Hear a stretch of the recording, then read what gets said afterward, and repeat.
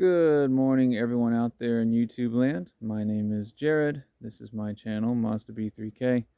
In this video, we're going to troubleshoot why the blower appears not to be functioning in my 1989 Ford F350 7.3 liter IDI diesel. Without further ado, let's get started.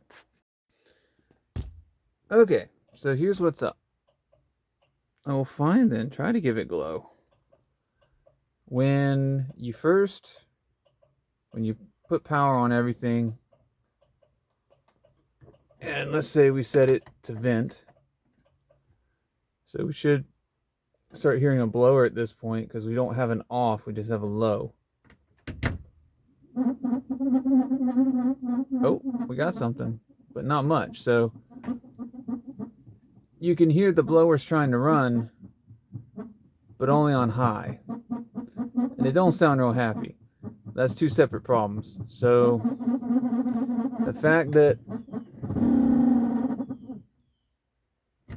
I only can get it to run on high and all my other settings are toast, that makes me think that we've got a blower resistor that is shot. So let's go investigate that first. And then, as you can obviously hear, the blower motor itself is probably not long for this world, so probably going to need a new one of those as well. Alright, so when you gaze upon this rat's nest over here, which I still need to sort out, if you get in close and you move this heater core line a little bit, there it is. That fellow there, that's your blower resistor. And it is what controls the various fan speeds on the blower. So what we're going to need to do is get in there, remove it, test it, verify if it's good or bad, and then replace it if we need to. Alright, we got it out. So as you can see, there are two bolt holes here. There's in the orientation it's in, one up top, one at the bottom. The bottom one you're going to have to reach for. I put short extension on my driver to get it out. They are 5/16 bolts. So that leaves us here.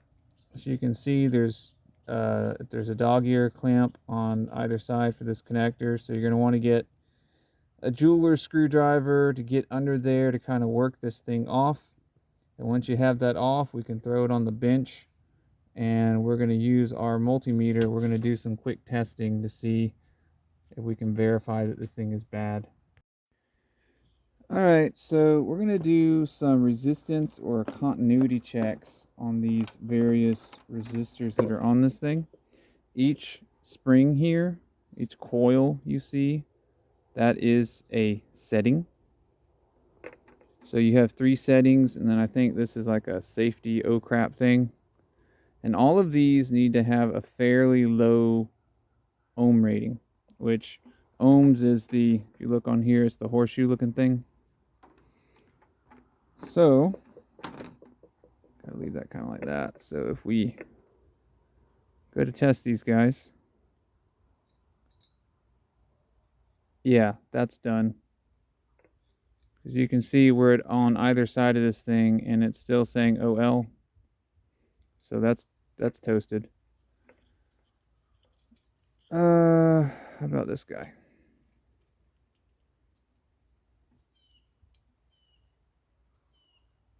Oh, that's not good.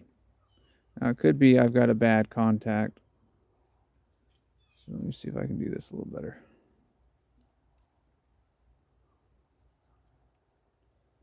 Alright, I'm getting about 20, yeah, this is toasted.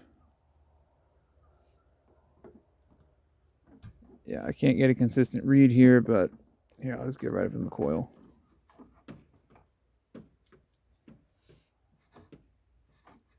And that's in mega ohm, so this is done.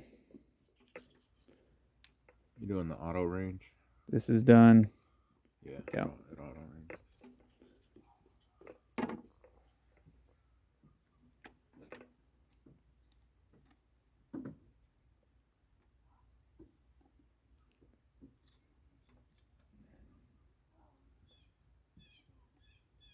Okay, I'm getting 2.2 ohms. This is probably, this spring here is probably the high setting because it's still kind of working. But this one is done. That one's sort of working. This overload thing is done. So we got one more to check. Let's see if I can.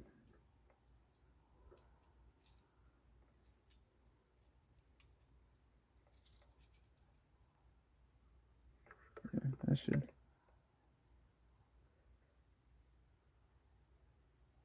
This one's kind of all over the place too. There we go. Actually, that one's sort of reading okay. So basically, this thing's shot. I mean, I see scuzzy green coming out of that safety thing on either side, so it's done. But this is how you test.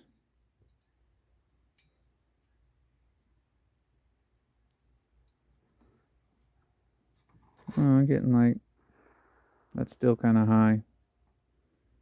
That was a rifle. So anyway, this is bad. I'm going to try to get a new one today and then get that installed, and we'll see if that at least gets us to the point where the blower's doing what it's supposed to do. It sounds like the blower's dying too, but that's a separate problem that we can deal with on a separate day. Okay, a little while later today, got parts. So our new blower resistor is a standard RU318. I also went ahead, the blower motor's dying, so I bought a new blower motor. Did not come with a new squirrel cage though, so that got kind of interesting. But I managed to actually get it transferred for once. Alright, here is our replacement. And for grins and giggles, we can do some continuity checks and see what we get. Alright, if I can actually get a decent connection here. It was reading under 2 ohms. But I need to put my different probes on. These probes are not great. As you can see, you gotta really press them. Alright, so it's around 2 ohms. That's not busted.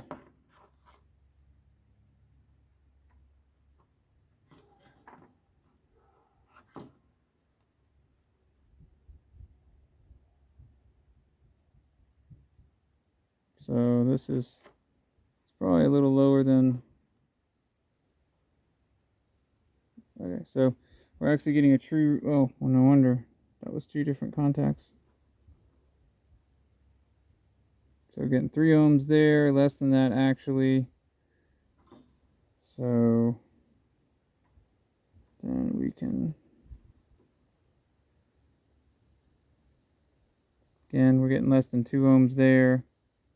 So as you can see, we're actually getting readings off everything instead of it just being all over the place like it was beforehand. So yeah. So this is probably good. You may be thinking, well, it's a brand new part. It should be good, right? Well, these days, even with US made components, new does not always mean good. It just means not tested.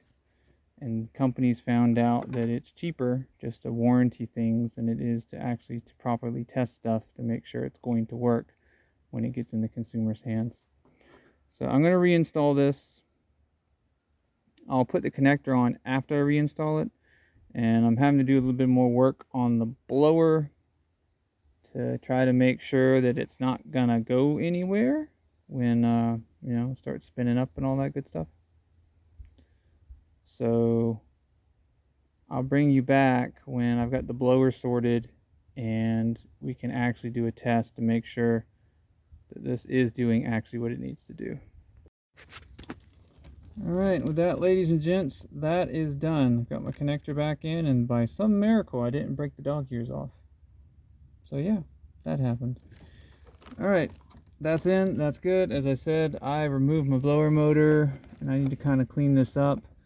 There's a, if you do this job, there's a gasket here that is probably not going to come up clean for you. I intend just to put a ring of RTV around to act as my kind of my seal to keep junk out. Should work just fine. That's what RTV is meant to do. But I got to take care of the I'm basically homebrewing a retaining clip for the squirrel cage, because when you go to buy the mower, the blower at the store, it does not come with a new fan. You can buy the fan separately, but you can't buy them together. So I got a new motor.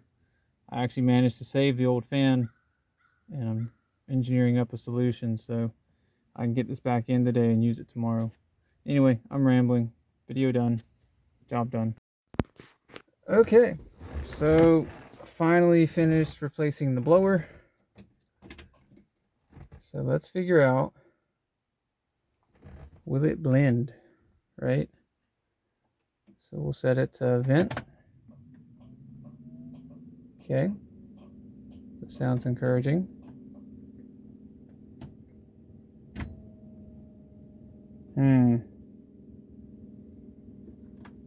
That's not very encouraging. Oh. Okay, so this switch is a little worn out. But at least on vent, I'm not feeling any flow. So this switch is a little worn, but the blower is now blowing.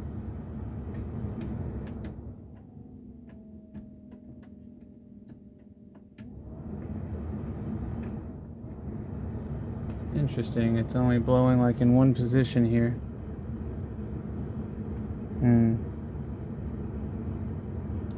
That could still be the resistor, that could be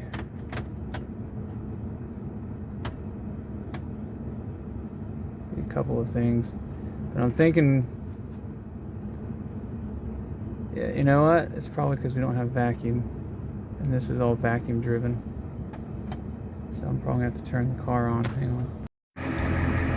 Okay, so our vacuum reservoir was empty, that's why I didn't have flow. But now that engine's running, we're making vacuum from the vacuum pump. I've got good flow, at least on this kind of middle setting, and it's still misbehaving, so I got to investigate that further. We're better off than we are, but I wouldn't say that we're done. I got to figure out why that's doing that. It could be that our resistor I tested is not right, and we need to put a different one in. That's entirely possible. Or it could be something else is going on. So I'll get back with you guys when I have a chance to dig in further. Good afternoon, everyone. Today is a new day. So what I have done thus far is I found out the blower resistor in my van is the same one that goes in this truck. So I swapped them because the blower resistor in my van is working perfectly fine. Does all 4 settings, all 9, you know, all that good stuff. So what I found is this is the van's blower resistor. Essentially, I get the same result. Low 1 and low 2 don't change. High 1 works. And then high 2 goes back to like a low. So what I'm thinking is going on at this point is that there is either something up in the wiring, which all the wiring looks all factory. It's still in its loom. It doesn't appear to have been molested or anything. And I'm thinking that it's either that or this switch here is going bad. It's making bad contact. It has a bad ground. Something's loose. I don't know what. But the resistor itself is fine. So there's nothing wrong with the resistor. That installation was successful, and it did partially fix the problem. We have something else going on. We went from having 0 blower, essentially, to now we have a low and a high. We have a 2-speed blower. It's not a 4 like it's supposed to be, but we've got 2 speeds, which will work. But I'm going to keep digging. I just wanted to give you guys that update. All right, I have updates. Things kind of escalated. So I wanted to see, you can't buy this part right here, brand new. You can get it on eBay. People's prices were ridiculous, and I was able to figure out that this switch was probably an individual assembly. So I dug in there, I found it. Here's the switch. It mounts like this. And when I looked over here, let's give you some better light. Yeah. This thing got hot, very hot at some point in the past. And it damaged the connector. This guy here, I just put my finger on, that's super wiggly. That is the highest blower position. This other one that's super wiggly, that's the next one down, I think. And then this lower, the lows are okay, but the highs are torched, which is why they weren't working. So the resistor is fine. The switch is bad. And then, as you can see, this pigtail is also bad. It got real hot and real janked up. So fortunately, I was able to look online, and I tracked down a brand new Motorcraft switch and a compatible pigtail. And they're on the way. So I'll bring you back on this particular video when I have those parts. We're gonna, this ought to be interesting, but we're gonna get in here, we're gonna roll this back a bit, and we're gonna splice in our new pigtail.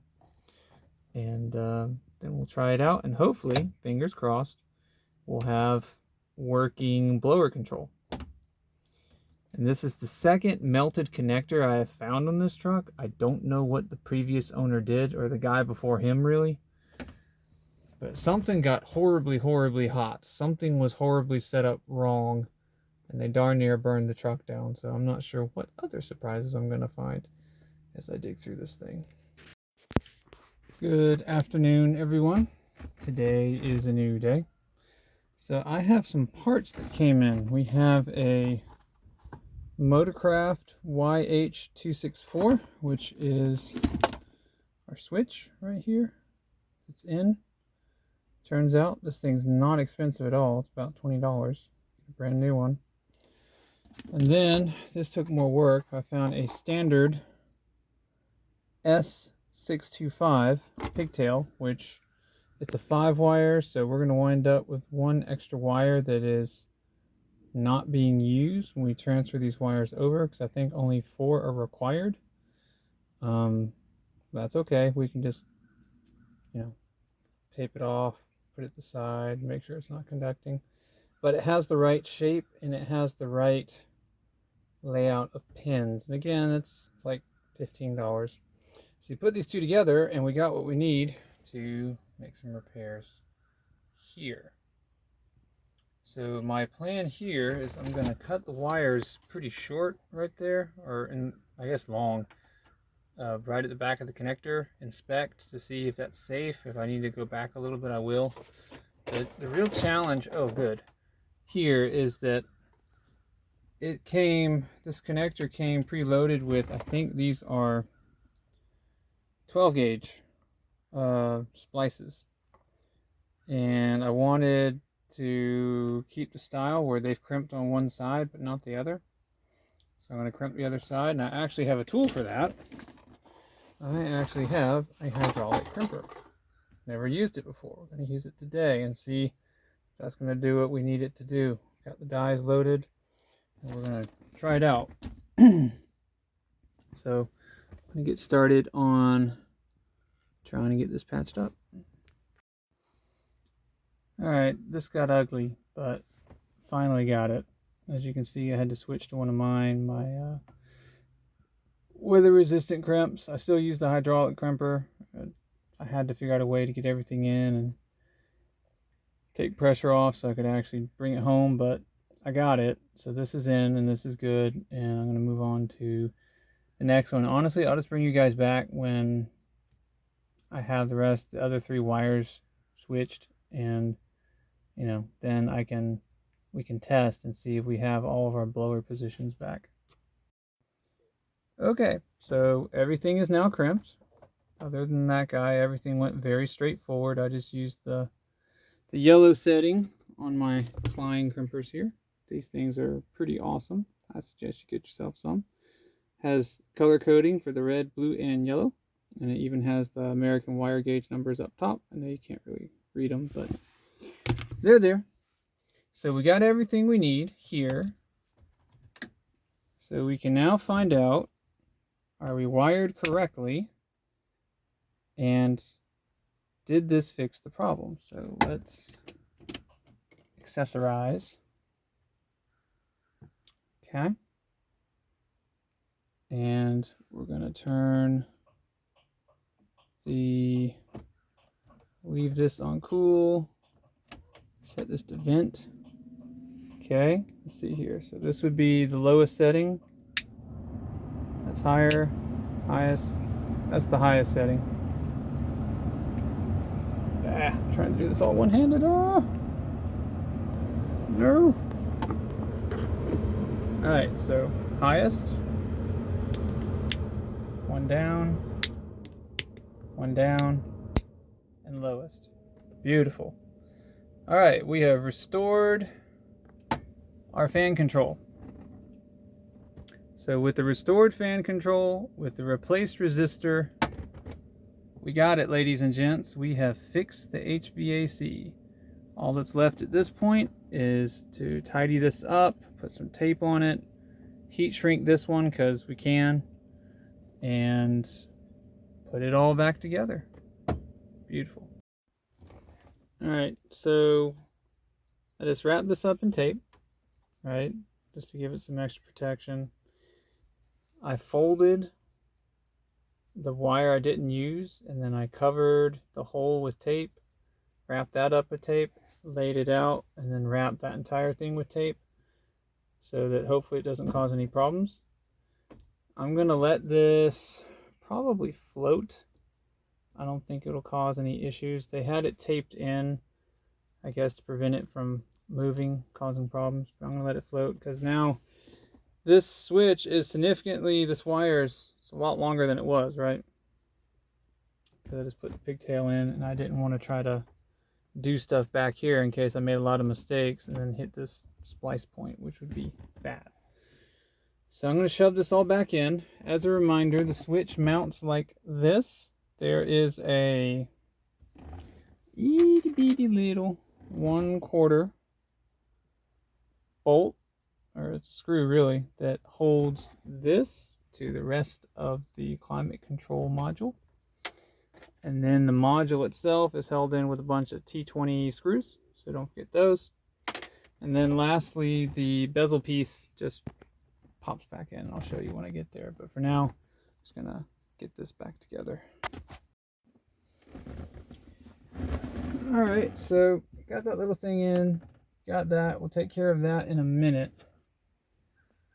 So these are supposed to be a T20, a Torx 20. My Torx 20 decided to go swan diving yesterday.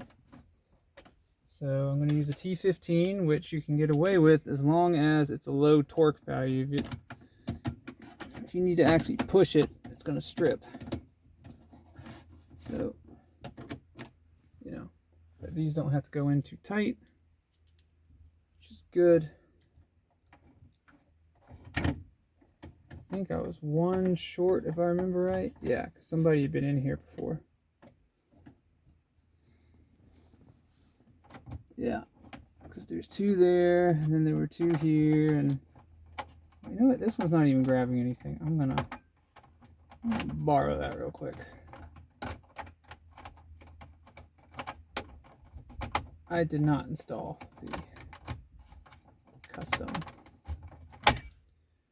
unit there.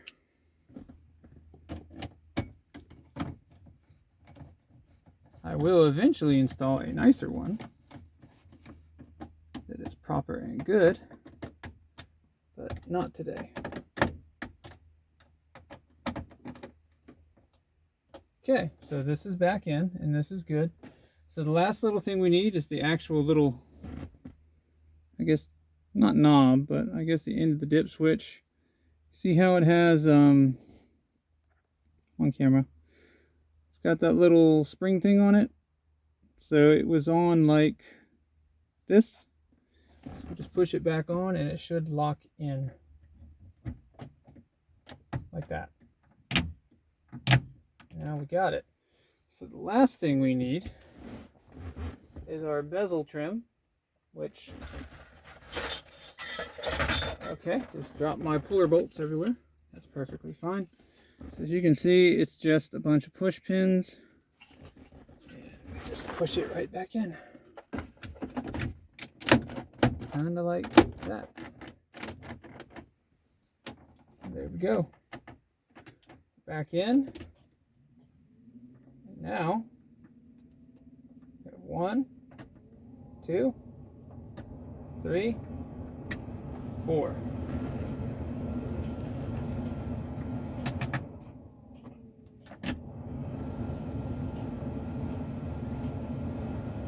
Interesting. Oh, that was because the glow was going.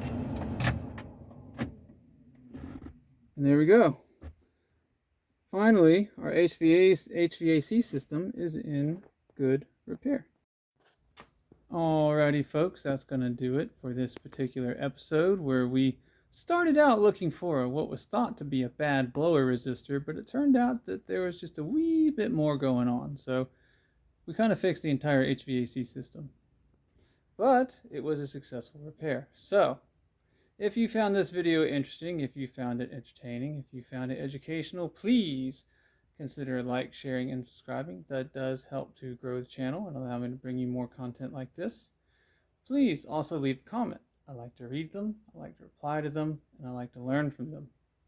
And lastly, guys, I make mistakes like buying 80s Fords that have melty connectors everywhere. So you don't have to. I'll catch you guys next episode.